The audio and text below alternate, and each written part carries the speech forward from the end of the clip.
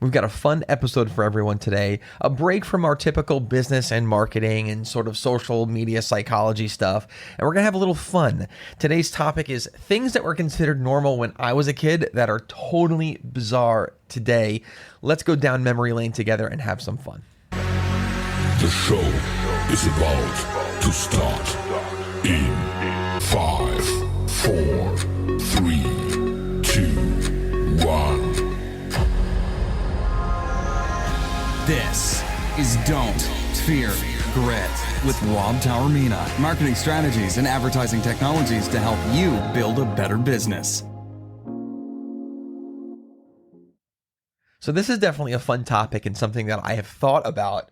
And it's definitely something that when you're with your friends and family and whatnot, it comes up and it's one of those sort of roundtable discussions. But it's things that you did as a kid that you don't do now, or your kids don't do now, or are completely bizarre now, but were normal when you were a kid. And that list is definitely growing and growing and growing as we get older and older and older.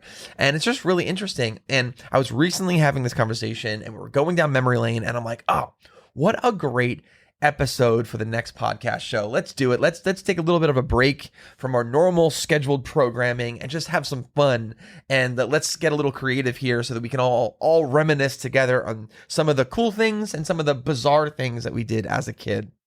So we'll start off with some easy stuff, and then along the way, I got some things on this list that is going to make you go, huh, that's interesting.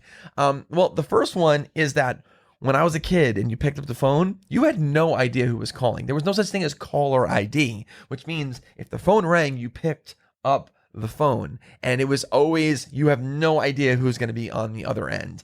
Is it someone calling for your parents? Is it a neighbor? Is it a boy or girl calling from school that you're going to be nervous about? You have no idea. So that sort of like excitement built up until you heard the person's name on the other side of the line and you would say, hey, hello, who is this? And so that's the first one.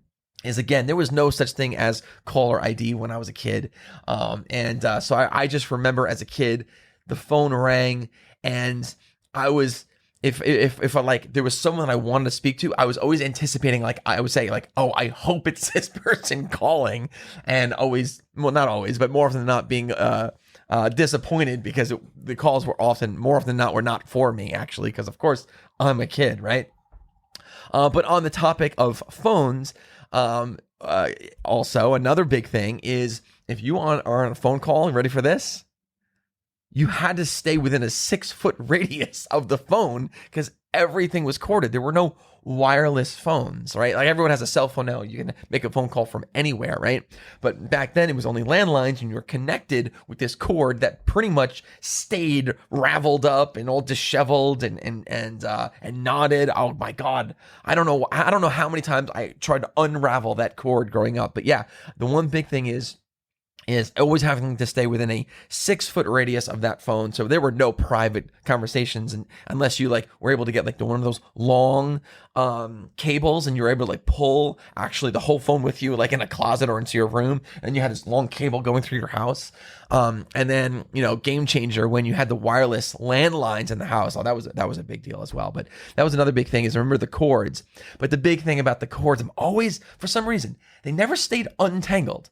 I don't know about you guys, were your cords always tangled? Because even though they had that spiral thing would always get tangled up. And it's because you had to stay within that 6-foot radius and you were just like walking in circles with it, pretty bizarre stuff.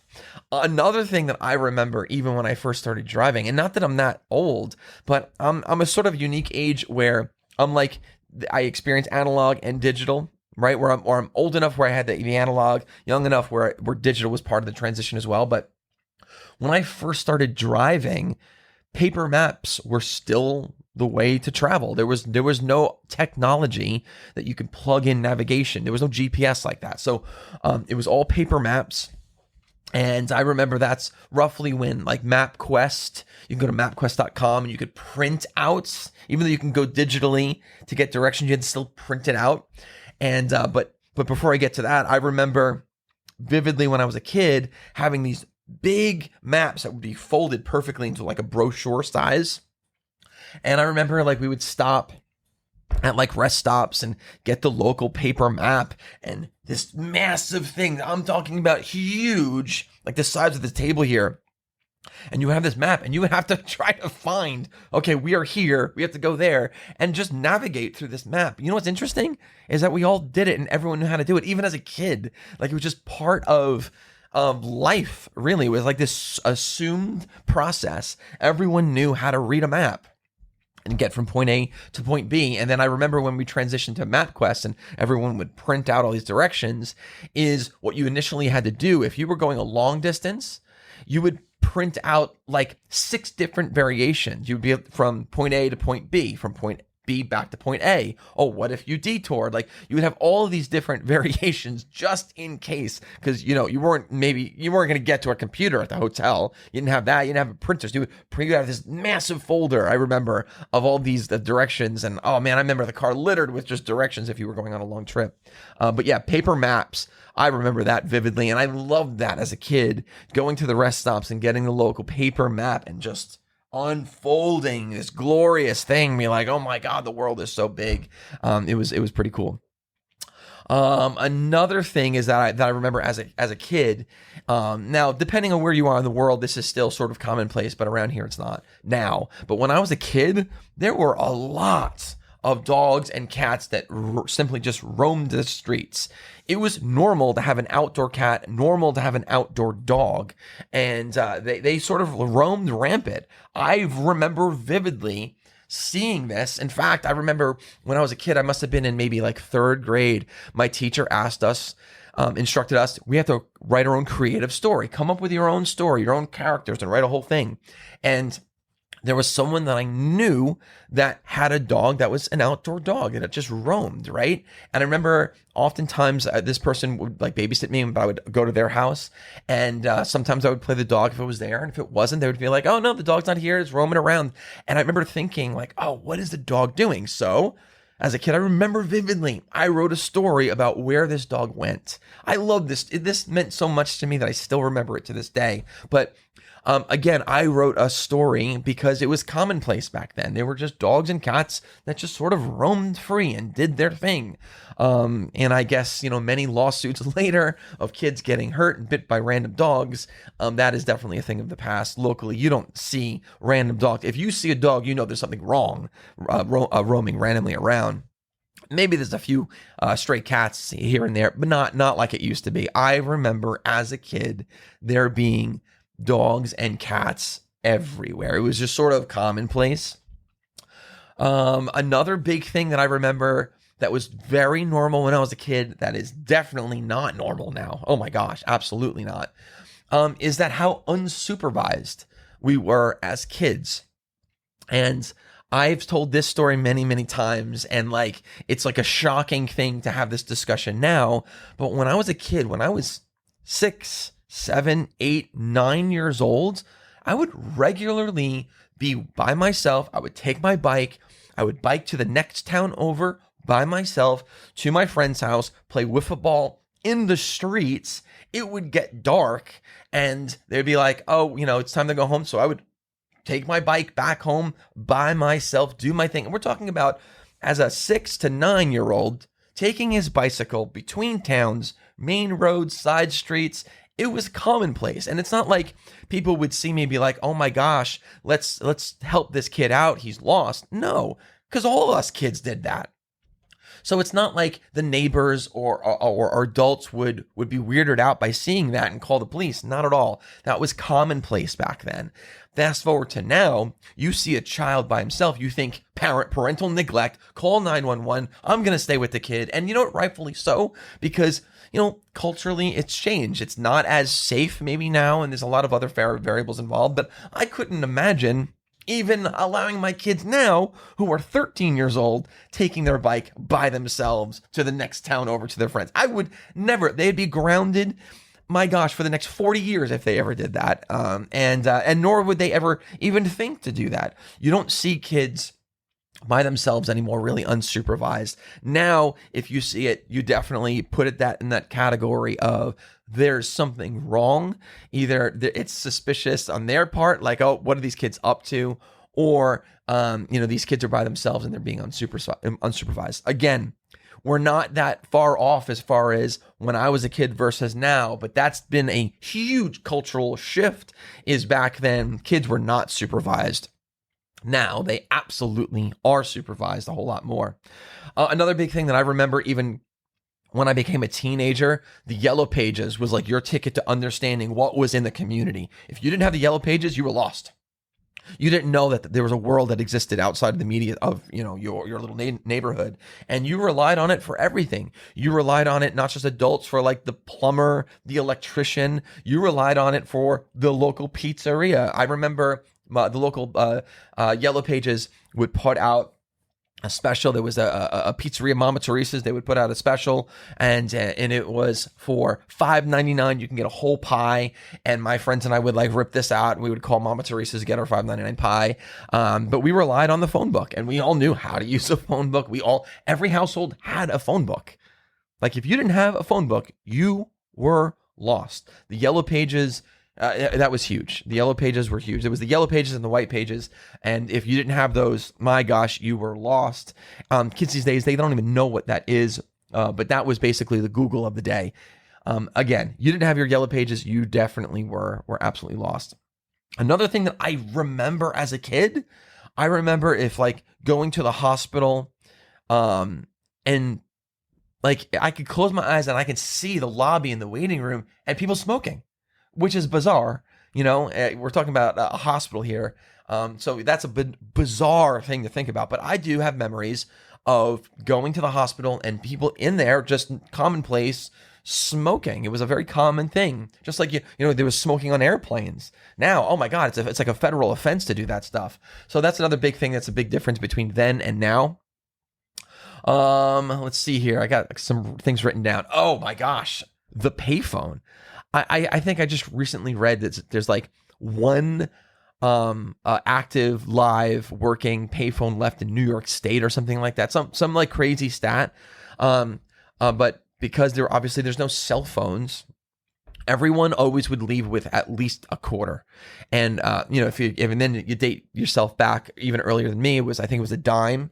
But for me growing up, it was a quarter. You always have, if you left, you always have to have a quarter in your pocket. This way you can always call home. You can call your mom or dad or whatever.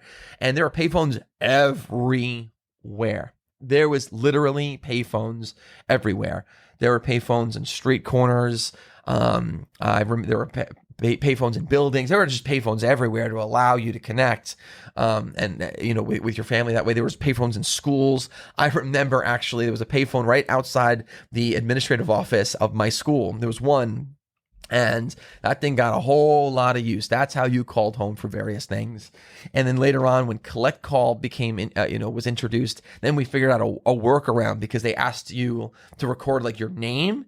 And so what you would do is like you would put like your message in the name, and this way you didn't need a quarter necessarily, and then they can hear the message. Or if the caller on the other side accepted it, then the person who was on the other side had to then pay the charges for that. But yeah, I remember payphones were a huge part of being a teenager, because that was the one thing, like I had to check in with my parents, be like, you're going whatever, like make sure you call, here's your quarter, whatever. So payphones were definitely a big part of it. Let's see here. I'm just going through my list. Oh, another big thing. I remember, not me, but I remember like all the girls like in my class or in the neighborhood. Like it was like a rite of passage. Once you turned like 12 or 13, you got a babysitting job. Like if you were 13 and you were a girl, you got a job and you were a babysitter. And they thought that immediately you were prepared to go from like elementary school child, you turn 13. Well, now you could babysit six children, one infant still in diapers, and do homework. Like it was just a common thing. Like you matured very quickly if you were 13 and a girl, because boom, you had that responsibility, and you know what? You got paid for it. But it's amazing to think that, they thought that 13-year-olds had the maturity level to be able to handle that. But, honestly, they did in many cases. So it's interesting how we've gotten away from that. Like how many 13-year-old girls now are babysitting as a job. You could probably count them maybe on one hand of everyone that you know. Back then, if you were 13, it was like a done deal. 100% of you were babysitters. Like that was your job, I remember that vividly. I remember being a little bit jealous because they were like having all this cash. I'm like, I want cash, you know? This wasn't me, but I remember my grandparents, though, telling me this, is that they had their milk delivered in these glass bottles. And then there was a milkman who would come and you would leave the empties out and he would just sort of like recycle it and give you new ones in this like this little metal sort of basket with these glass bottles. And that's how you would get your fresh milk delivery. Another thing that I saw online also is that, and this is true, like if I see like pictures of like my mom and my aunts when they were little kids and like playing in the snow, girls were in skirts with high knee socks and boys were in pants. And I'm like, that's not right. Like it's freezing out and you're making girls wear these little skirts with high knee socks. It's crazy. Oh my gosh. This is a big one. And I think I'm going to end the episode on this one, is that I remember a photography. If you were going to take a picture, you made sure you were taking the picture that you actually wanted because it was expensive. You know, you had these expensive cameras. You had to put in rolls of film every single time. And I think it was 24 or 36.